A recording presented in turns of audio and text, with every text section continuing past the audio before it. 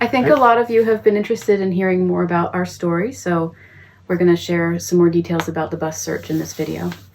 I'm Rhea. This is Victor. I'm Victor, and we are the Earthbound Mystics.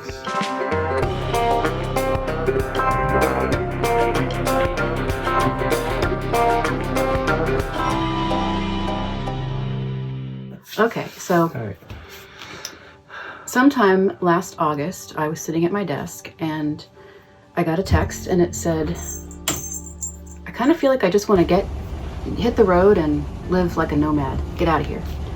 And I knew instantaneously that that's what I wanted to do and it was the right thing. And literally from that second, we just had no other thought. We were just going to do it.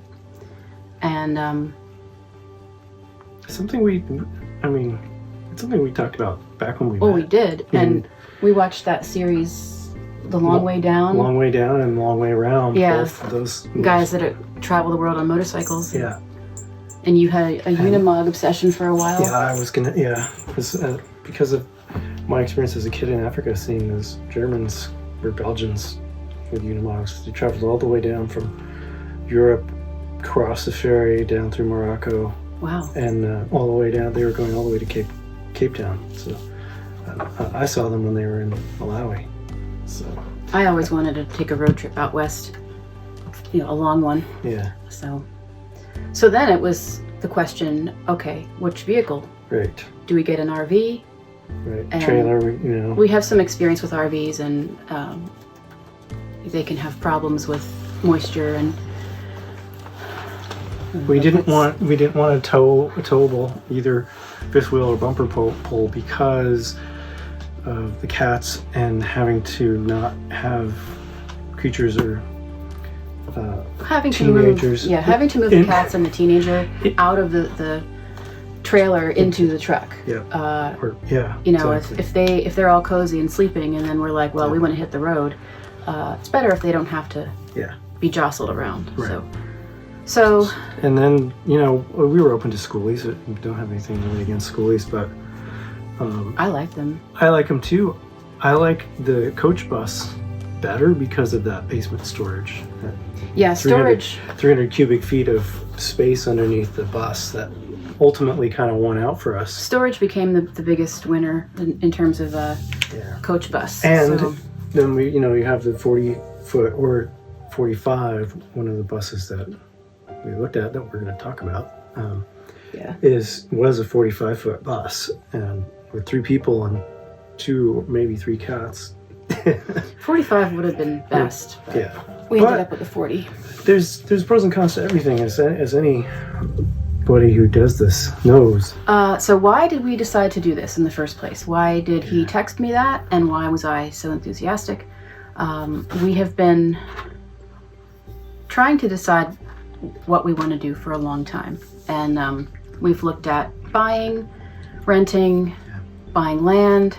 It really came to a head with the pandemic. The pandemic kind of messed up everything. My construction business, my handyman business and renovation business was forced shut down. We were dealing with many layers, health problems, financial changes because of the pandemic, and at that point we were looking at rentals, but then decided maybe we should just hunker down where we are. We're renting from family, so we're safer, not taking the risk to get a rental. Then we started looking at land, which could have been fun because we like the idea of homesteading. Yeah. Probably something we'll never outgrow. We might do that at some point. Mm-hmm.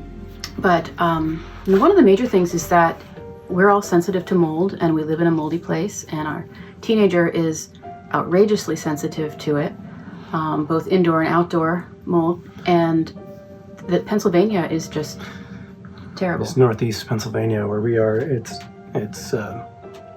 since 2018 the climate's shifted or something's changed, and then the humidity is just worse than ever. And then on top of that, it's a vacation area. So Philly, New York, upstate New York, all these people come to the Pocono Mountains. So the rental market was ridiculous because in the last few years, people have been buying up rentals or converting their long-term rentals into short-term rentals for Airbnb or VRBO. That's part of it. And then for some other reason, I don't know why, rents are outrageously high. Yeah. Inventory's down. Well, inventory's down because they've been I guess. bought up for investment properties. I was a realtor for years, and I saw it happening. Yeah. Saw a lot of moldy houses too. Yeah. With the pandemic, too, a lot of people moving out of cities in New Jersey and getting away from populated areas. But how are we going to see our notes now, dude? Can you pick him up and show him? I'm sure he can be seen. Come here. You say this hello? This is our foster kitty. No, he showed up in the single digits last winter. He was very cold. Okay, fine. Needed a home. Anyway, so traveling and getting fresh air, new air, more sun. Yeah. And for our teenager to find new scenery, new experiences, new people. Yeah. It just made perfect sense. And so we have not relented from the idea since we thought of it. No, it's been a journey. It's been up and down. We've wondered if it was ever going to happen. And it seemed like it was, and then then the search became ridiculous. Yeah. So once we decided that we wanted a bus, or we were looking at schoolies and coach buses, but we kind of really pretty quickly honed in on the bus idea. Like the buses. Thanks to a lot of YouTubers that we've been watching, by the way. Yes. Some favorites that we've been watching. Yeah. We learned a lot from that and other people's experiences and stuff, which is part of why we're documenting what we're doing and sharing it as well, because it was really helpful for us to watch other people's videos and reno processes. And a couple of people really we watched a lot of their build processes, and I'm sure I'm gonna go back to be like, how the hell did they do that thing when they made this or that? So we figured out that we wanted a bus. So then we were like, okay, so looking on forums, looking at YouTube videos and stuff, good motor. I was hoping for a Series 60 Detroit, which is started being produced in the early 90s. We didn't end up with that, but that's okay. Oh, I don't even know what kind of engine we have. We have a 6V92 with a turbo, which is a 2-stroke 6-cylinder. And the Series 60 Detroit motors are 4-stroke, which I still am not clear about what's what, but it's how the combustion works, the cycle of the combustion. Anyway, the good thing about our motor is that it is completely not electronic. So no computer chips whatsoever. So retro. Yes. Vintage or whatever. So motor mileage. I was pretty hopeful for an automatic transmission. I do drive stick, but with a big bus, I thought, let's not have that on top of what else, Cat just left us a present. I know. He needs the to cat get is in the there. litter box. What are you gonna do? So get out of there, dude. I mean, ultimately, we ended up with a pretty good bus. Yeah. However, that took us from August to February. Yes. We never in a million years thought it was going to take that long. No. So we're going to give you a little rundown of all the buses that we found and that we didn't get. We're going to, at some point here, we'll put some pictures of the various buses. I counted it up, and we looked at over 40 buses between Facebook Marketplace and Craigslist in that amount of time. And finally, our kid found a bus on Schoolie.net, I think it was. And we said, no, it's too expensive and it needs a repair. So we discounted, we wrote that one off, and then the seller listed it on Facebook Marketplace. He saw it, and he had dropped the price. I think it was a couple weeks later. A couple weeks later, price was down, which made all the difference pretty much. At that point, we were like, okay, wait a minute, this one's pretty good. And we didn't realize it was the same one. So we all found the same bus. Yeah.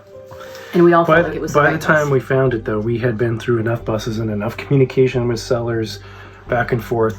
You know, something that's difficult when you're buying a big vehicle like this is communicating, asking questions. Oh, the people sellers. didn't know mileage on the bus. They didn't know the history of the motor, or even what motor it was sometimes. If it was an adult child selling their parents' bus that passed. We talked to a lot of people who were selling for family members that had passed, and you know, I don't know if you want to talk about like each bus individually, or I mean, well, we started with a Prevost 45 in Dallas. Dallas, Texas. Dallas. It was a former Baptist church singing group touring bus. Entertainer bus. I think it had like 9 or 12 bunks. I don't remember how many bunks. It had didn't have a shower, didn't really have a kitchen. And that guy was selling for his grandfather, I think. No, he actually owned it. It was had been in the family, but he was kind of the owner, but had health issues and needed to sell it for surgery money. And then he couldn't get it started and needed to get batteries, and he couldn't afford to get batteries right away. So that turned into like, we're waiting for this guy to get batteries, and finally The more I thought about it, the more I was like, man, I'm going to fly, 1,500 miles, and then like this bus has been sitting for I don't know how long, and then drive it back untested. That just wasn't going to work. So I decided against that, and then this unicorn bus popped up that was a 93, an orange 93 Van Hool. We called it Tangerine Dream. Yeah, there was some synchronicities there with it seemed like the right one. It had the right layout because of our family situation. We kind of need a different layout than most people. Like most RVs and buses have a center aisle layout with a front living area, and then kitchen, and then bathroom, which you usually walk through to a bedroom at the back. Well, with a teenager, we need to have 2 bedrooms, or a berth and a bedroom, if you will, I guess.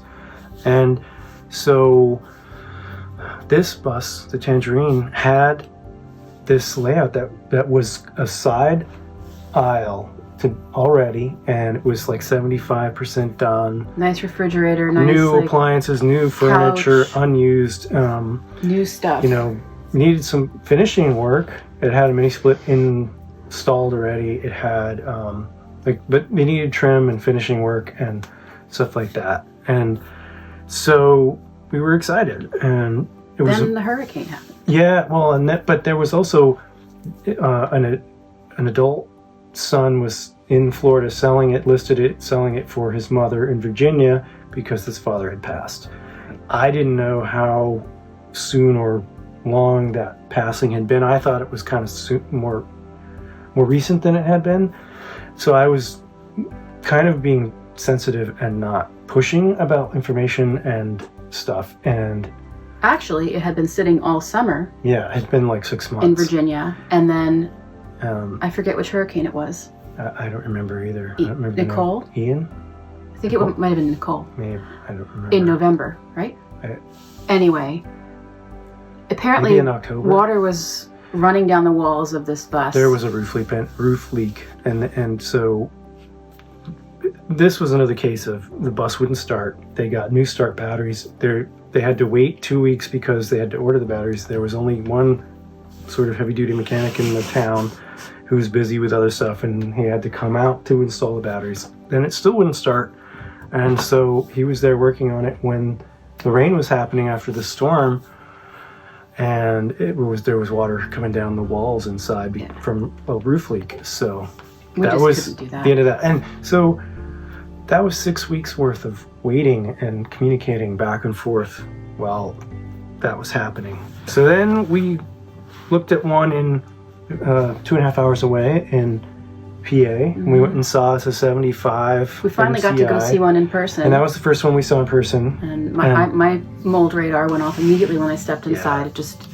I can smell mold like a mile away now. Yeah, it wasn't good, and the layout was not. We would have had to move a lot of stuff. The engine was good. It had a lot of good stuff with that. It had some solar panels. It had some stuff like that already in it. I think a good bus, but the price of that bus was all over the place. and it's still for sale. If you're curious, we can hook you up. I noticed is that everybody selling their bus has a story, and it's almost always fraught with problems because they're selling for a reason, and the reason is usually something that's a struggle, like they need money or someone died. Their circumstances have changed. Or they have mental illness. In the case of one of them, I think they were pretty depressed, and maybe there's just an energy around all of this. Not everybody, but at least the ones that we ran into, all the people were kind of struggling. I think that's just kind of how it is for everybody these days anyway. Yeah, probably. Yeah, so that was worth the drive, but that was definitely clear that was not going to work for us. It was actually shorter inside than our bus, which is just like when I stand in the middle of the bus, my head almost touches. I was looking at that today. Yeah. Like, don't jump up and down. No, I can't. No way. I'll jam a neck vertebra or something. I'll have an issue. So after that bus, then there was the Yellow Eagle.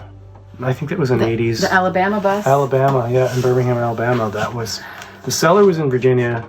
He required a non-refundable deposit to travel and meet me at his house where his son was taking care of the bus. And I was okay with that, but it's a little bit like, we fly there with a one-way ticket, and then I've already committed to buying this bus sight unseen, basically. And it was a conversion, but it was gutted. And so we had no idea why it was converted, whether it was just, gutted, if it was just that it was dated and it needed to redone or what. And he didn't know very much about it other than, I would drive it anywhere, which doesn't really mean anything.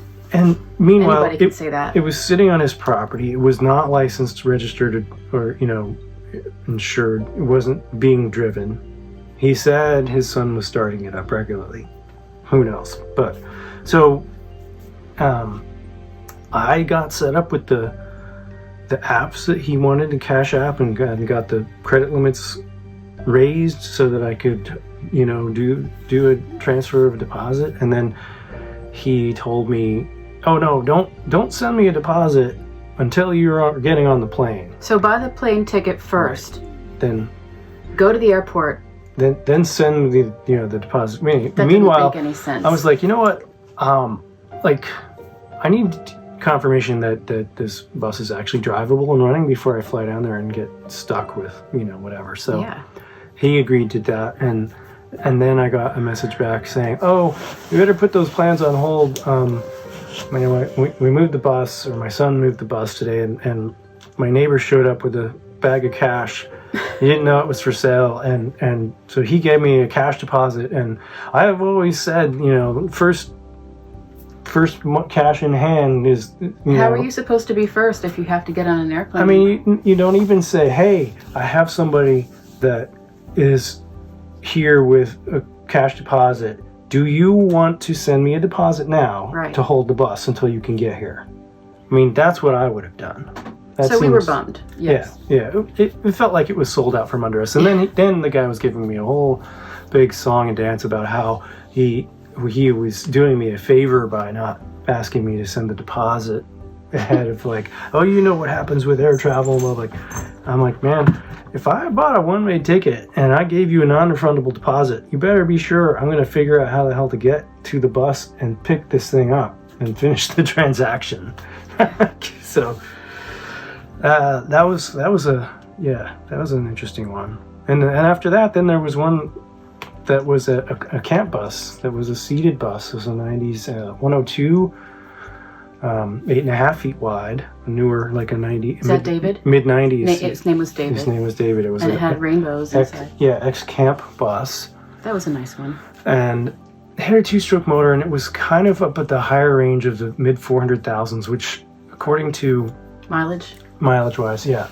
According to some people, the two-stroke motors, MCI used to recommend that the coach companies do an in-frame rebuild at around 400,000 miles. So this was like, so I asked the guy to do an oil analysis so that we could see if there was metal particles and what the condition of, because that's a way with these diesel engines that you can get a lot of information about.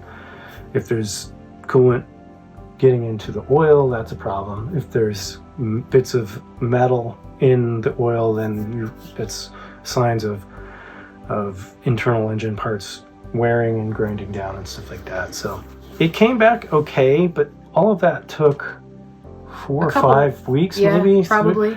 And then it was like, and the seats were removed but stacked inside the bus, so we would have had to take all the seats apart. You can't just easily take the seats to the take them dump. apart, take the plastic off, tape the foam and the fabric, and then take that to the dump, and then scrap all the metal parts. So it would have been a lot of work. So we ended up kind of passing on that. And then we looked at another one that was in Virginia. That was an 85 MCI MC9 a 96. Doesn't really matter. I know nobody cares, but bus nuts care. That's the one that had mold. It had a roof leak. It had mold. The guy, he cleaned it with simple green, which isn't really what you should be cleaning mold with. He didn't know any better. So he didn't really remediate. He tried his best to remediate. He pulled out all the rotted stuff, even the plywood subfloor. He went through and did a lot of insulation, like under the floor in the luggage bays. He insulated under there. He did a lot of work on it. It seemed good. Spray foamed the ceiling, did foam board on the walls, and then new plywood everywhere. And then he did finishes and stuff, and it had some new, appliances and stuff like that. And but it wasn't very. It needed tires, and he was only the headlights didn't work. And the headlights didn't work, and one wiper didn't work, and there was some stuff like that.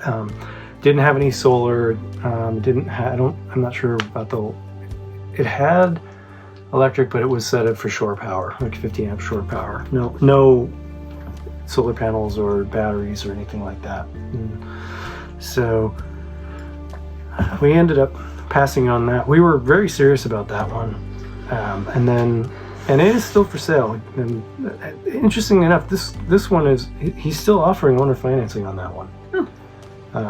But for like $13,700, but which isn't a horrible price. But I forget. I think it had in the 200,000 mile range. Decent, it's all a blur for me. I know. I can't remember. Trying to remember them all. Yeah. So that was end of like the 25th or so of August when we started. One of the first ones I just looked up in my Facebook Messenger app was the 27th. Wow. Of August. So then, fast forward to February. Yeah. On the full moon. Was it the full moon? Yeah. Yeah. February 5th. It was bright. There were shadows out once.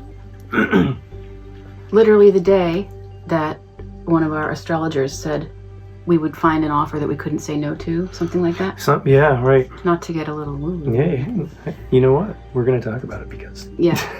Yeah, the astrologer said on this date in February, there's going to be something you can't turn down. Something to do with housing, actually, specifically. And some change in housing or an offer. Or we just found that bus on that day, and we didn't even think about the astrology until I think you sent a deposit the same night as we found it. It was a Saturday, and I was messaging the seller. We got information. He was really prompt, and we were both really shocked at how well we were communicating, because he'd had bad experiences with people.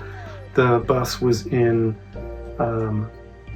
Indiana, Elkhart, Indiana, but it was registered and titled in Michigan, which is, it's Michiana. Actually, they call it Michiana. Just a side note, I tuned in months ago. Where is the bus? And my intuition said Ann Arbor, Michigan. That's what I heard, and I told everybody that. Mm-hmm. And that's where he was located. The seller had moved to Ann Arbor, but the bus was still in Elkhart, Indiana. So I don't know. I guess it was meant to be.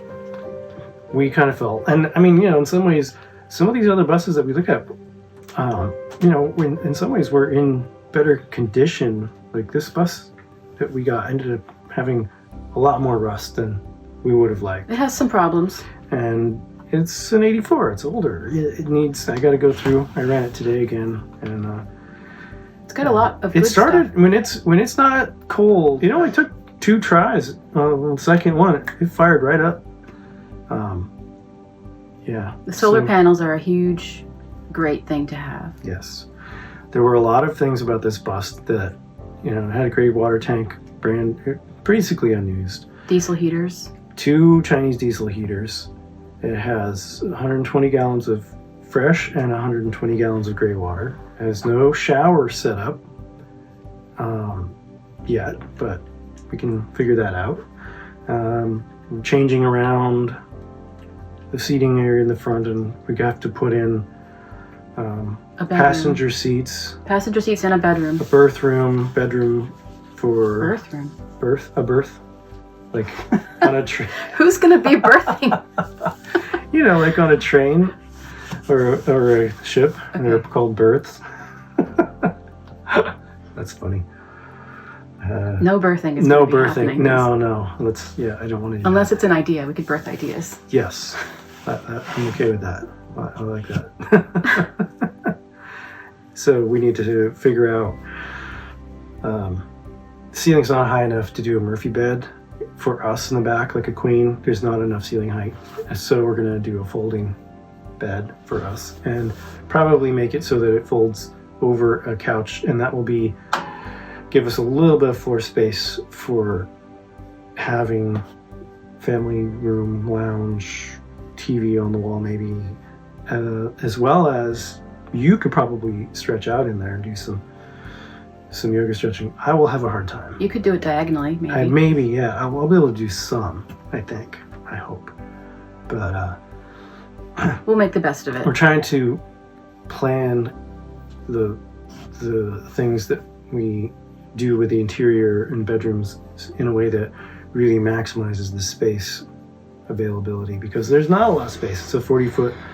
It's a tiny house. It's only 8 feet wide, so inside is 7 feet 8 inches or 7.5 feet, and so we're gonna do a video about what our experience of downsizing has been, getting rid of stuff, how to, It's not easy. It's not easy. Anybody that's done it knows it's not easy, but it's super important, because having too much stuff in a tiny space is just, you can't function. No, and we have that situation right now. Yes, we have experience with that. It's not because of our living situation currently, and so we're hopefully learning from that, and so that's probably going to be the next video that we do. Mm-hmm. I think we have a bunch of we have some footage. It's going to be a hodgepodge. We have some footage of stuff that we've filmed. In the interim, while we were searching for buses, we did We started, and it was still summer. Trying to downsize. Yeah, well, katydids were singing, or early fall. I bought the very first thing I bought for the bus was an espresso machine. With it was early Black Friday sale in like September or something, because priorities, Yeah. And obviously that espresso machine is still sitting in a box, unused. Sitting in a box. Where are you going? Come here. But one day, I'm going to use that. Okay, fine. So that's about it. I think we covered it. I think that's enough for this round. I wonder how long we talked. I don't know. We'll find out. We'll find out. Thanks for watching. Till next time. Bye.